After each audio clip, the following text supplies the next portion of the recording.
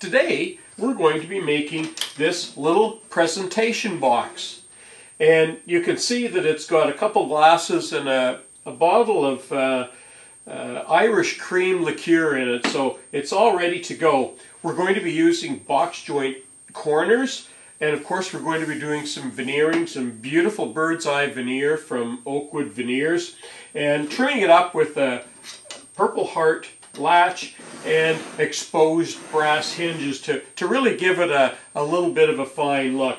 So somebody asked us to make something quick and easy. I don't know if this qualifies for quick and easy, but it was a fun build to do anyway.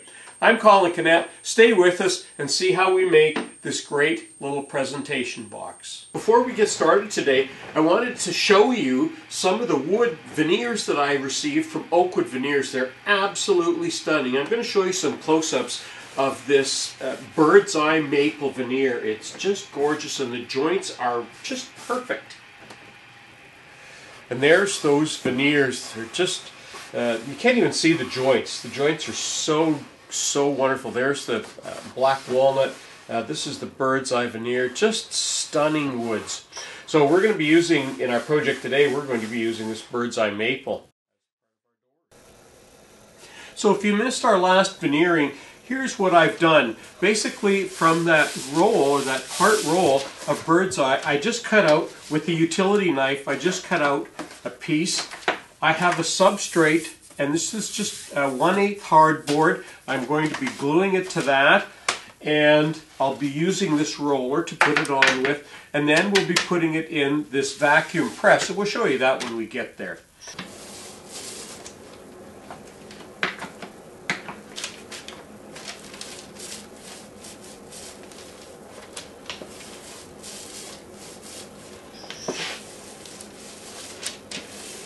And now the vacuum press is just sucking all of the air out, and it'll keep like that for 2 hours, and there the vacuum press or vacuum pump is just cut out. So it'll cut in and out, it'll cycle in and out as air leaks in and the pressure rises in here. It'll cut in and suck a little bit more air out from time to time. So we'll come back in a couple hours and we'll check on that. In the meantime, we'll get on with some other parts of this project. Now, lucky for me, last time I was planing wood, I planed a little bit extra, and I often do that, and we have some 1/2 inch, it's actually even the right width, it's 4 inches wide. We just need to go over to the sliding miter now and cut these to length.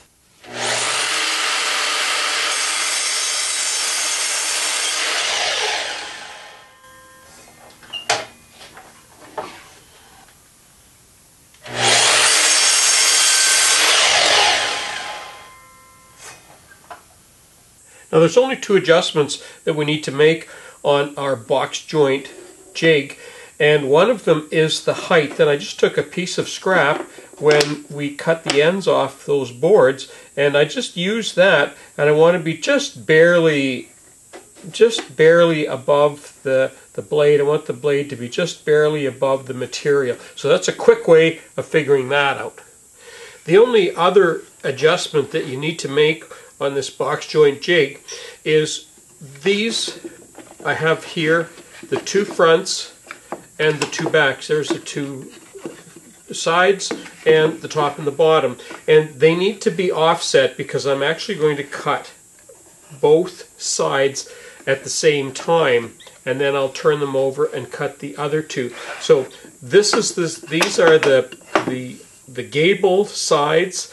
I'm putting them at the back, and I'm putting the top and bottom at the front, and I'm going to offset them with this 1/4 inch little measuring bar, and that's all that needs to go there. And all I have to do now is tighten that up, and I can see there's a bit of a gap in here, so I'm going to need to put a spacer in here, so I'll have to get that, and when we come back we'll be ready to go. Okay, the spacer's in. We're all ready to start making our cuts.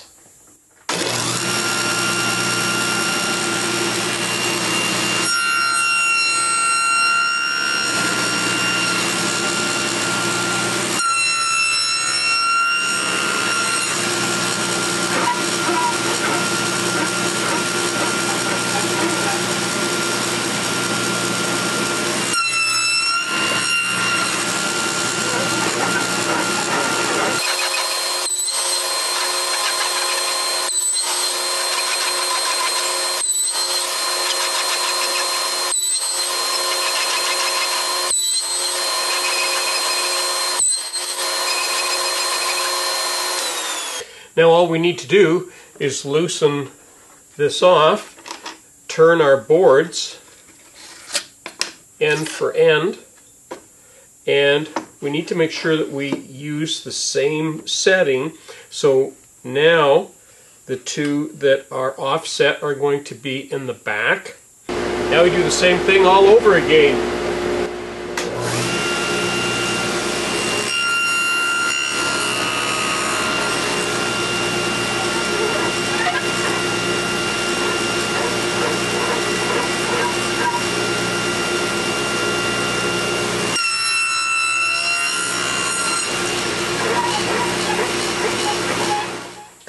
Okay, let's see how we did. There's the two sides, there's the top and the bottom, and that should go like that. That one will go like that.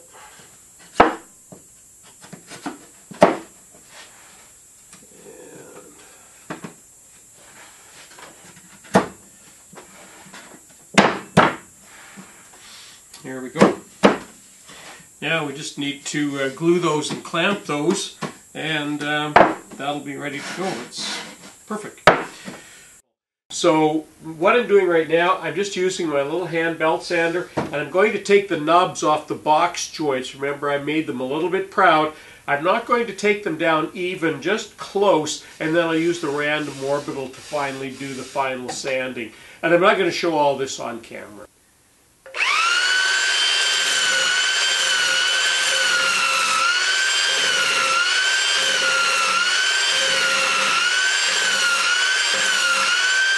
Okay, the carcass has all been sanded, so it's glued and sanded. I just want to check to make sure that it's square. Yeah, good. Okay, now we're going to make the doors. So the doors are going to be like two doors. So what I need to do is measure, start measuring, and whatever that measurement is, we'll cut that in half, and that will make our doors. Okay, I'm ready to start cutting the material for our doors, and I've set the blade height to just a half tooth above the material, and I've set the fence, and we're all ready to go.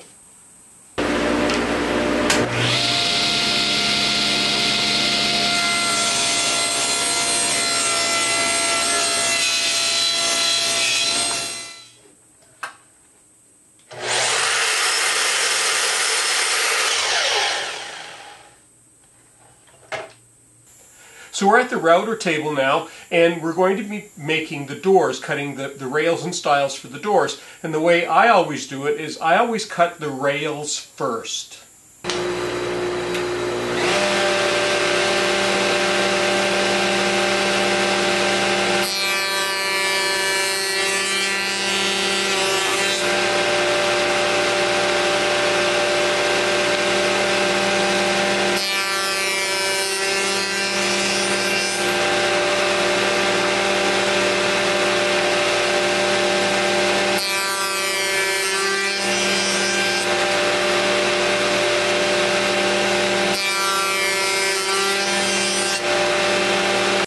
Okay, I've installed the new cutter bit, and this is the one that's going to make the slot in the doors, but I need to check the height of it, and I use one of the rails, and I'll just nick the end of it to see how close it is.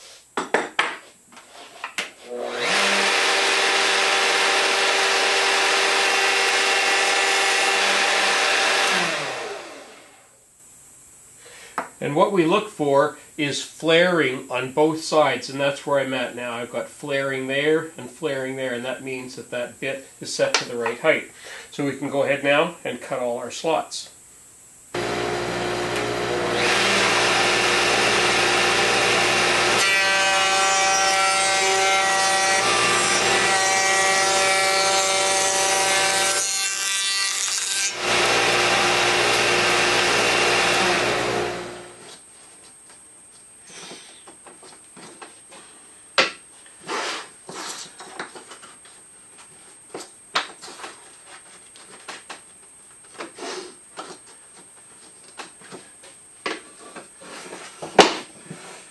There we go.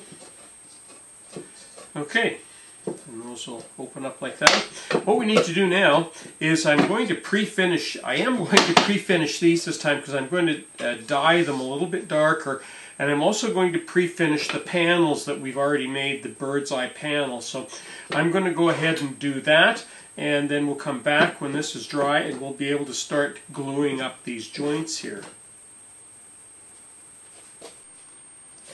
Okay, this is our bird's eye maple, and I'm just going to use a little bit of Osmo on this just to get, and you can see how those little bird's eye, little mini burls just sort of pop out on there with this. That's exactly what I wanted it to do.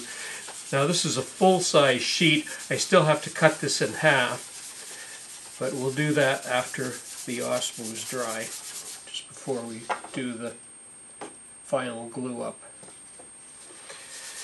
And you don't use very much, just a skim coat. And I'll try and put 3 coats on here if I can.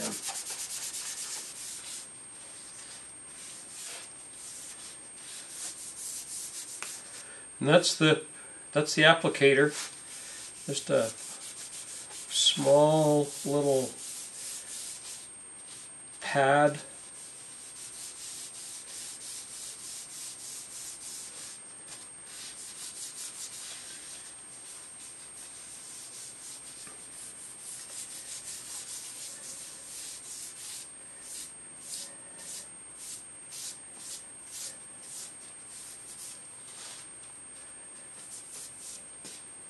Okay, that's the first coat.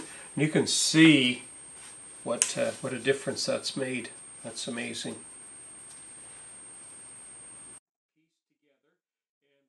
This is just my setup table here. I just use this for squaring up. I'm going to take these apart and we'll put a little bit of glue in each one of these points. And on the back, we're going to use our stapler. Actually, it's our 23 gauge pinner, and we're just going to put a couple of pins in each corner, and all that is to hold it until the glue dries. It's just so we don't have to use a bunch of clamps to hold these doors together.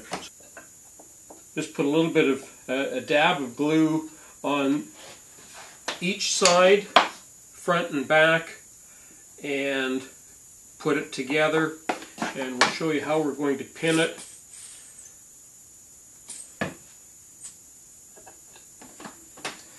There we go.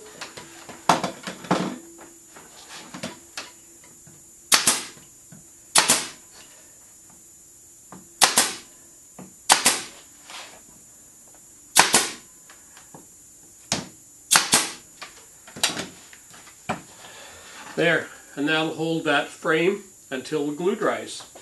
And we'll go ahead and do the other one, and it's just exactly the same. So while the doors are drying, the glue for the doors, I thought I'd see if I could figure out a way to keep this bottle from moving around in here. And all I did, it's pretty simple really. I put a little platform in here and just put a couple of wooden dowels in there, and that stops that from moving there. But it's also going to move up top. So what I did up top is I just drilled a hole in a block that I had, and now that just sits in there like that, so you can actually carry this around and that bottle won't come out of there when you move around. And my fear was that it would bang against the glasses, and that's the next thing we need to do, is to figure out how we're going to hang these glasses. Now, to hang the glasses in our little presentation box, I just took an old piece of wood that I had and cut a slot in that was about the same width as the bottom of this glass, which I know is a little hard to see. And then I just cut a notch in it, so that's all it looks like. And the glass would fit in like that. And the little notch that I made is not quite deep enough, but I had trouble cutting that notch. So what I think I'll do, I think I'll just drill a hole rather than trying to cut that out with a saw, because you can't cut that very well. So I think I'll just take the wood that I'm going to use, make that slot, and then just drill a couple of holes, and that should fit in there just perfectly. For this application, it's best to cut the holes first.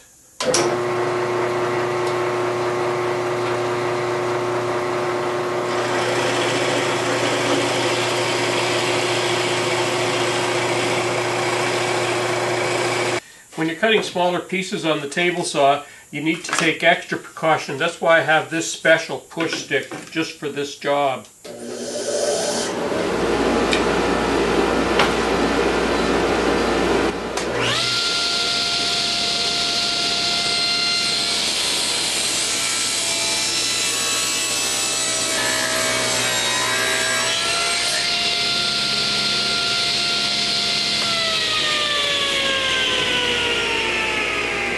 So what I have here now is a board with a slot and 2 holes in it.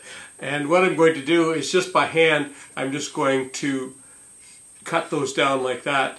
And we'll put the wine glass in and we'll see what that looks like. That will just fit in there like that. And that's perfect. Now I just need to cut that off on each side so that I can put one on each side of the bottle. Okay, I cut the little glass holders there and put those in, and I just installed those with epoxy glue because it was end grain, and end grain doesn't glue very well, so that's what I've done with that. Now I'm not going to show you the whole process of the staining, but I just want you to see a little bit of shellac, how these pins from the box joints just pop out. It just, I just love that. Okay, I've put a little latch on there, and it's just a very simple little drop-down mechanism, and that's what it looks like. It's just a little slot in there, and when that goes together, that just holds the doors closed. I don't know if I've shown you this, but there's that little Irish coffee, the 2 little glasses that go with this. So let's have a look at the finished box.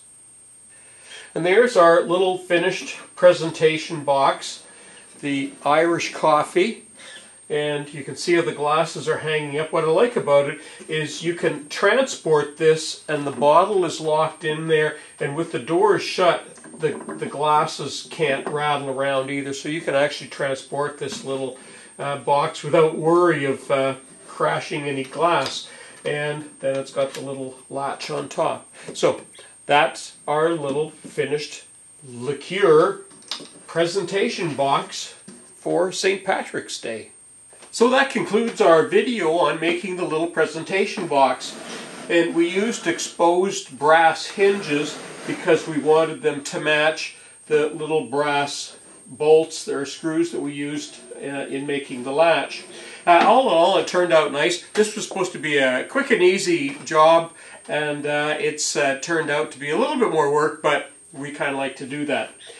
In the future, we're going to be doing a lot more veneering. I think it's an area in woodworking that there's a lot of room for making lots of really great stuff and using veneers that you just wouldn't be able to get wood for otherwise, and it makes it much more affordable for us too. So we're going to be seeing a lot more from Oak Wood Veneers in the future. So if you like what we're doing, we ask you to subscribe, we ask you to follow us on Facebook, follow us on Twitter, like us on Facebook. One of these days I'm going to get those right. I'm Colin Cadet for WoodWorkWeb. Thanks for watching.